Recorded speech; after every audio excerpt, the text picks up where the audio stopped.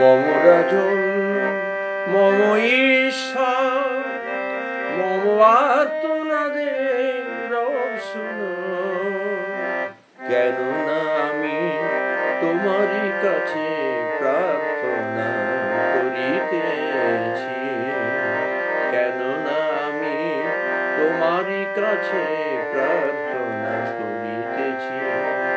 সদা প্রভু প্রাতঃকালে তুমি আমার রব শুনিবে, প্রাতে আমি তোমার কাছে প্রার্থনা সাজিয়ে চেয়ে থাকিব।